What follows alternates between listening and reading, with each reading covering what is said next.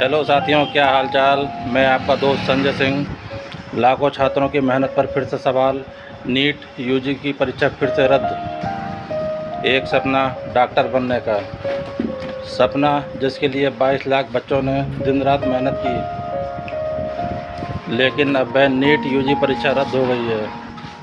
Paper leak और गड़बड़ियों के आरोपों के बाद एनटीए ने परीक्षा रद्द करने का फैसला लिया है। अब छात्रों को परीक्षा फिर से देनी पड़ेगी।